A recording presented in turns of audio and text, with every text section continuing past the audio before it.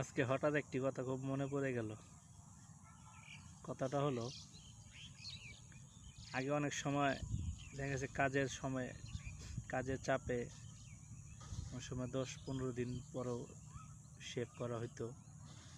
তো কখনো যদি শেভ ছাড়া মার সামনে বা বাবার সামনে যে পড়তাম, তারা তো আগে মুখের দিকে চায়, তারা আসলে অন্য কিছু দেখে না, আগে মুখের দিকে চাইতো, চায় দেখতো কিরে তুই শেভ করিস না কে। আমি করতাম কি, না মা ওই তো কাজের চাপ, এর লিগে সেলুনে যেতে পারি না, এর লিগে শেভ করতে। না, কাজের চাপ না, টাকা নাই রাখো, নগদে টাকা বের করে দিত, যা আগে শেভ করে যা, কেমন দেখা যায়। তখন শেভ করতাম বা পরে যেয়ে করতাম। কিন্তু আজকে মানে এই খোঁচা খোঁচা বড় মোজ দিকে তার দিকে মনে পড়লো। আজকে প্রায় মাসখানিক হয়ে আইতেছে শেভ করি নাই কি আর কি, সময় হয় নাই, যাইনি বা রাত্রেবেলা বাইরে হই না, ওইরকম লেগে শেভ করা হয় নাই।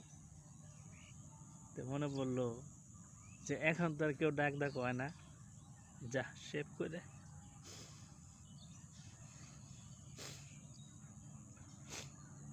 কেউ তো এখন মুখের দিকে তাকায় না,